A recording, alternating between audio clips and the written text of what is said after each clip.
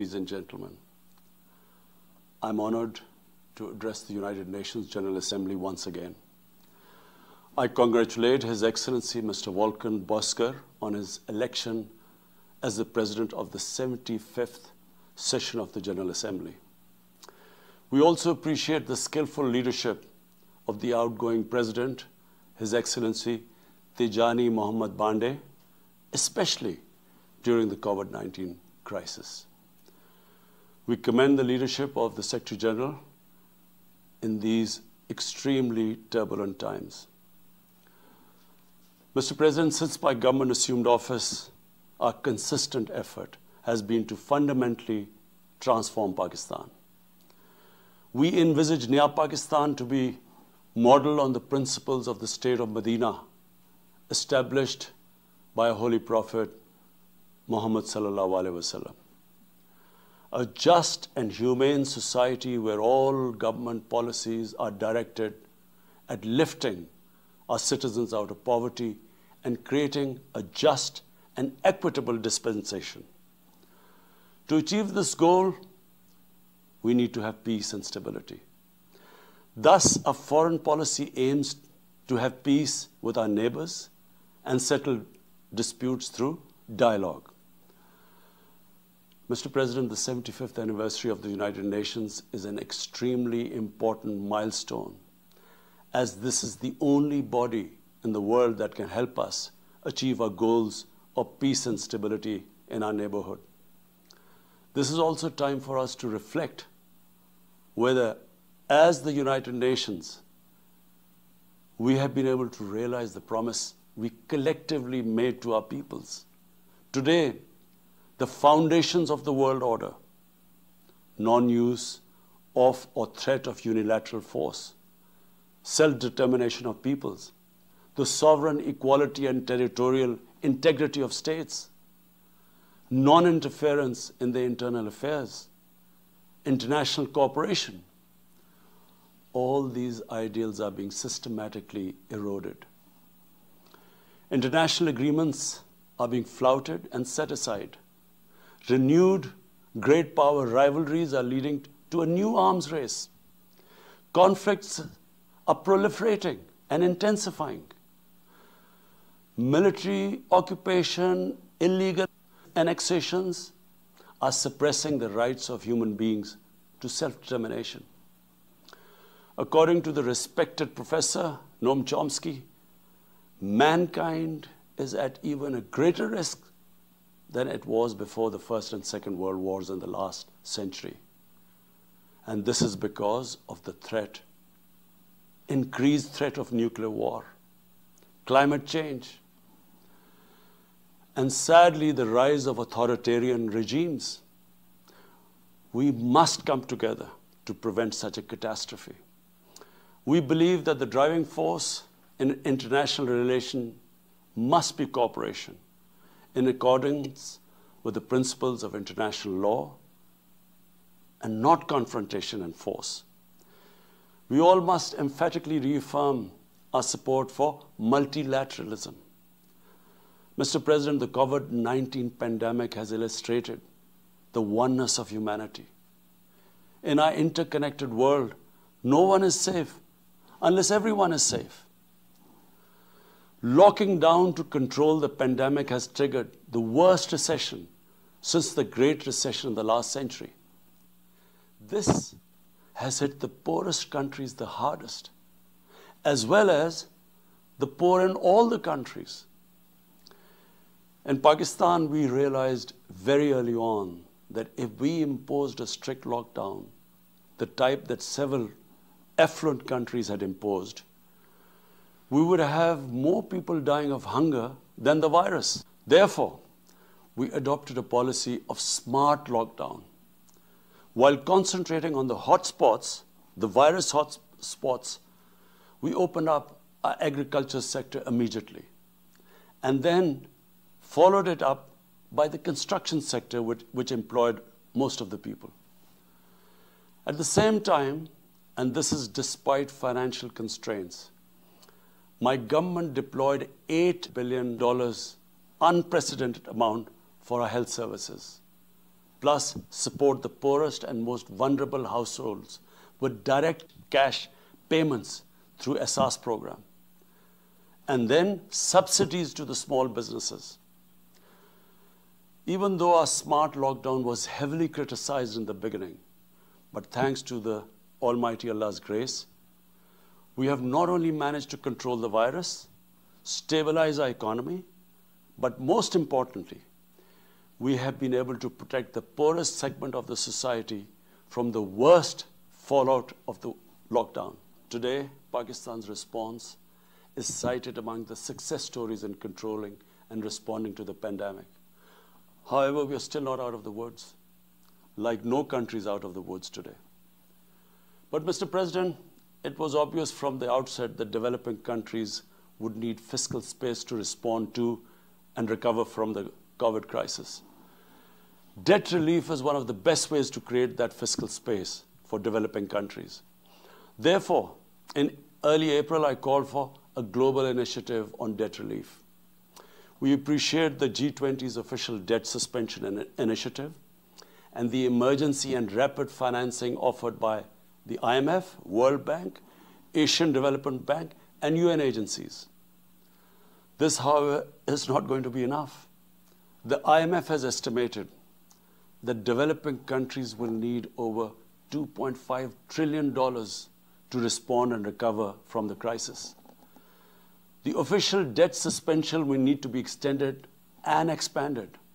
Additional debt relief measures will also be needed. Development banks should ensure adequate financial inflows.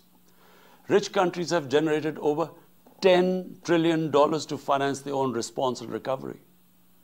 They should support the creation of at least $500 billion in new special drawing rights for the developing world. Mr. President, in my address to the General Assembly last year, I had highlighted the tremendous damage that illicit financial flows from developing countries to rich countries and to offshore tax havens cause.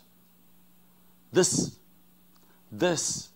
leads to the impoverishment of the developing nations. Money that could be used towards human development is siphoned off by corrupt elites. The loss of foreign exchange causes currency depreciation. That in turn leads to inflation and poverty. The quest for getting back these stolen resources is nearly impossible, given the cumbersome procedures. Moreover, the powerful money launderers have access to the best lawyers.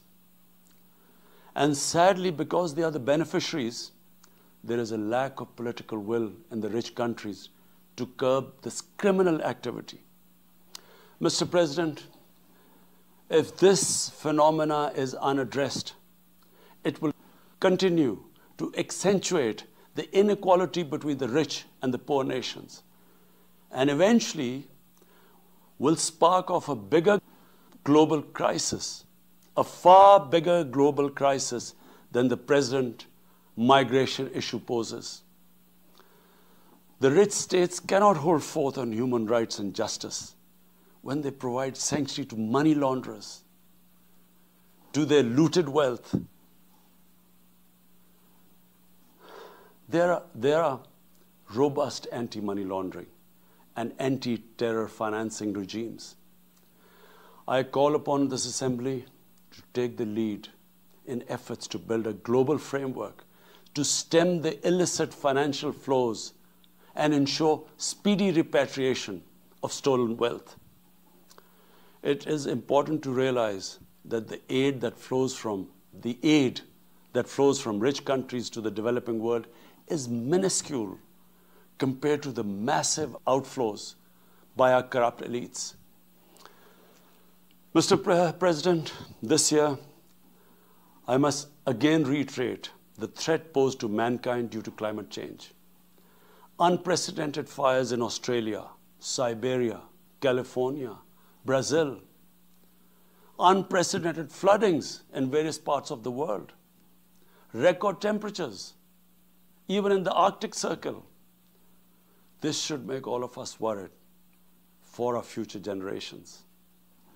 Commitments made through the Paris agreements must be fulfilled.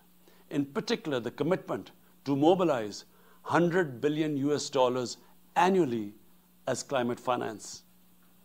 Pakistan's contribution to carbon emissions is minimal, but it is one of those countries most affected by climate change.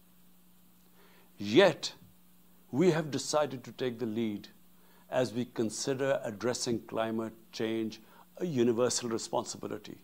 We have launched an extremely ambitious program to plant 10 billion trees in the next 3 years as a contribution to mitigating the effects of climate change. Mr. President, the pandemic was an opportunity to bring humanity together. Unfortunately, it has instead fanned nationalism, increased global tensions, and given rise to racial and religious hatred and violence against vulnerable minorities in several places. These trends have also accentuated Islamophobia.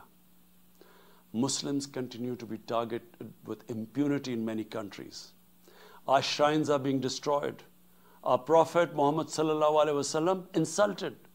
The Holy Quran burnt. And all this in the name of freedom of speech.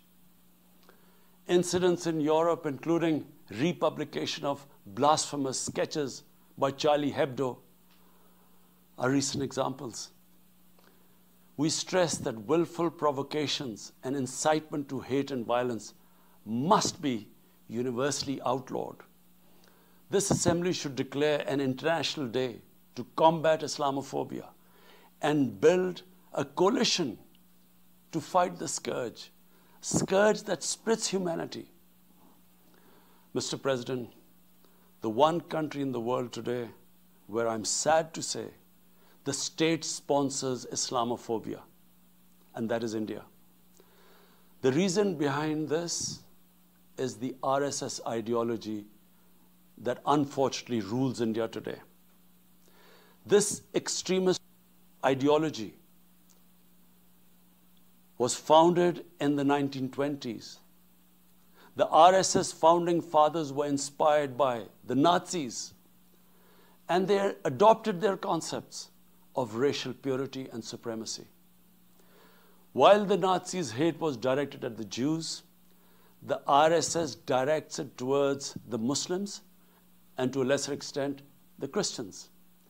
They believe that India is exclusively for Hindus and others are not equal citizens.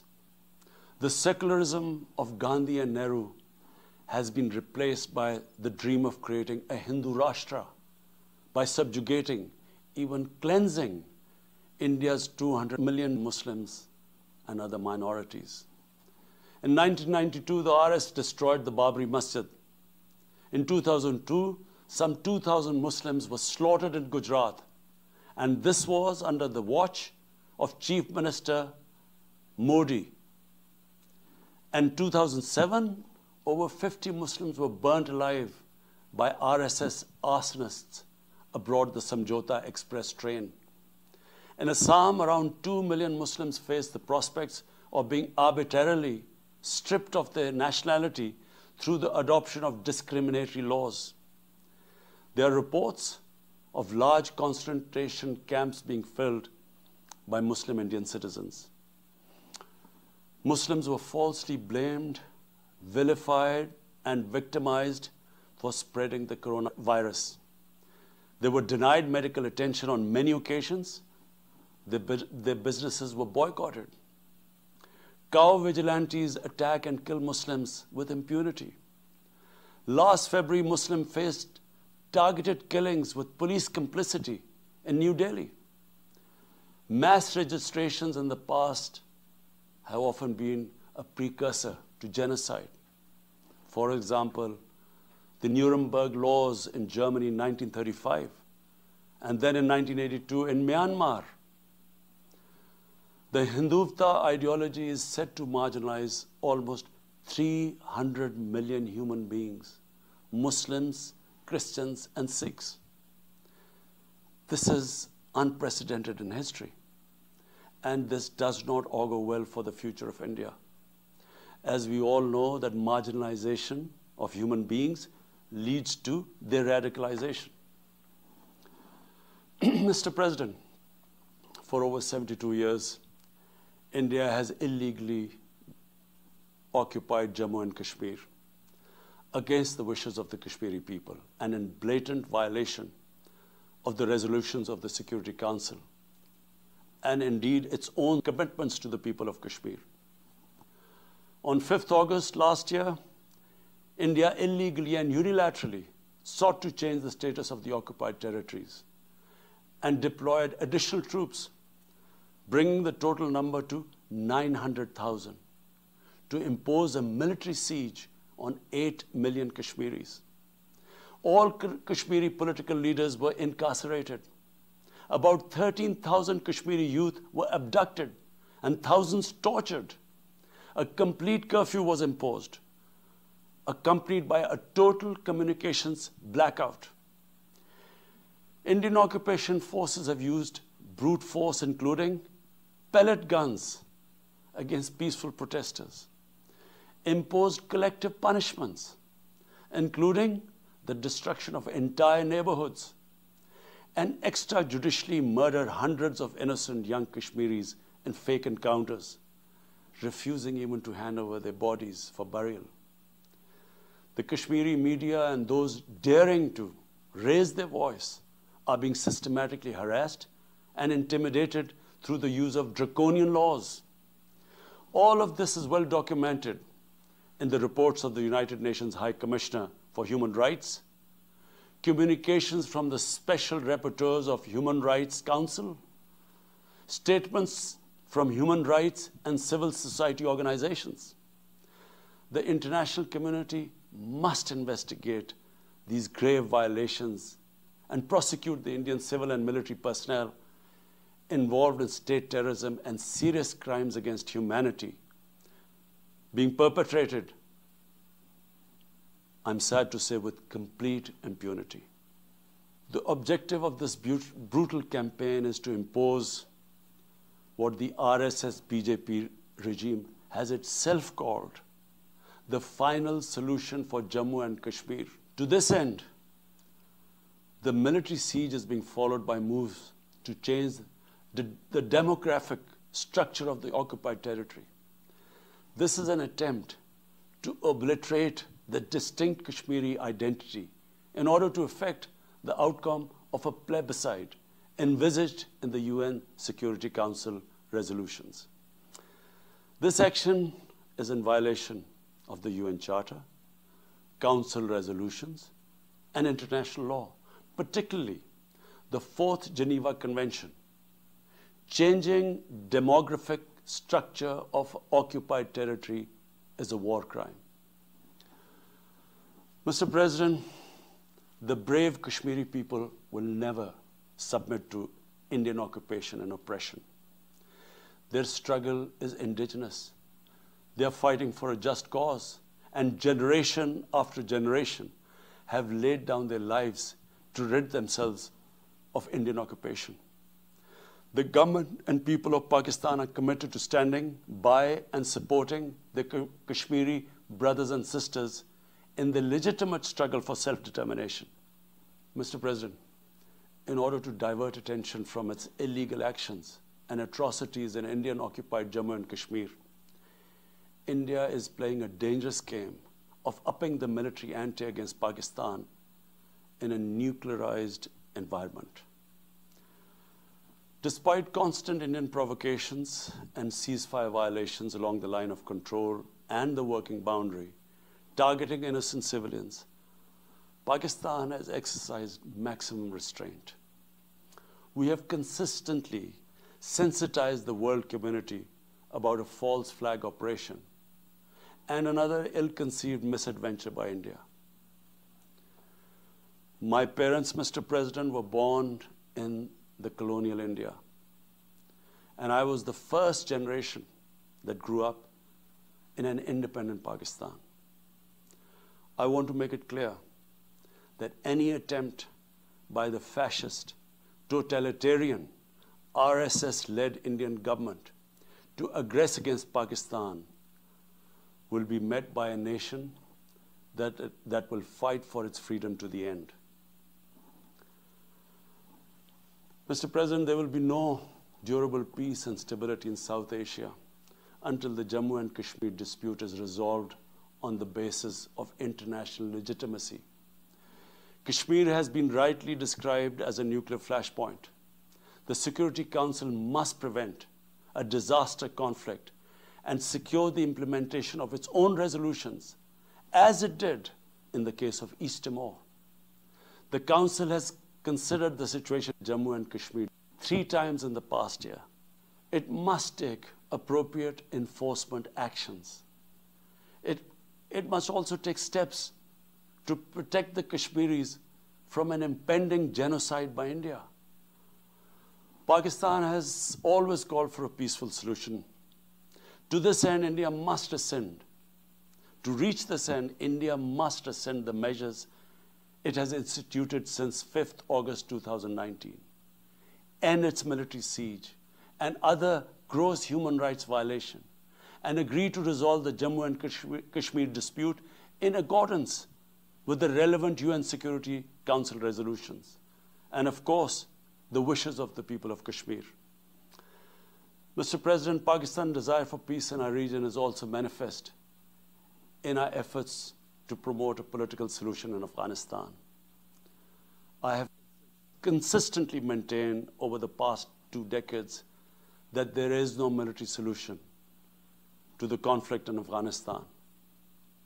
The only way forward was and is a political settlement, which involves the full spectrum of Afghanistan's political actors. Pakistan fully facilitated the process that culminated in the US-Taliban peace agreement on 29 February 2020. Pakistan is deeply gratified that it has fulfilled its part of the responsibility. The Afghan leaders must now seize this historic opportunity to achieve reconciliation and restore peace in their war-torn country. Through the intra-Afghan negotiations that commenced on 12th of September, they must work out an inclusive, broad-based, and comprehensive political settlement. The process must be Afghan-led and Afghan-owned, and without any interference or outside influence. Early return of Afghan refugees must be part of this political solution. After almost 2 decades of war, it is imperative not to allow spoilers within and outside Afghanistan to subvert the peace process. Peace and stability in Afghanistan will open new opportunities for development and regional connectivity. Mr. President, Palestine remains a festering wound. A just and lasting settlement is indispensable for the Middle East and actually the world. Illegal annexations of Palestinian territory, the building of illegal settlements, and the imposition of inhuman living conditions on the Palestinian people, especially in Gaza, cannot bring peace to a troubled region. Pakistan continues to support a 2-state solution in line with the UN General Assembly and Security Council resolutions within the international agreed parameters, and they are pre-1967 borders, and Al-Quds, Al-Sharif as the capital of a united, contiguous, and independent Palestinian state. Mr. President, the United Nations remains the best legitimate avenue for collective action in managing international conflicts, fostering peace and security, promoting equitable development, and addressing global problems. I urge the Secretary General to take the lead in preventing global conflicts. He should convene summit-level meetings to address regional hotspots and resolve outstanding disputes. The United Nations should be made fully responsive to the challenges of our times. a comprehensive reform of the United Nations, including the Security Council, is essential to promote greater democracy, accountability, transparency, and efficiency. Pakistan will continue to participate actively in this process and endeavor with other member states to build a world where conflict is outlawed and equitable prosperity for all pursued in conditions of peace and security.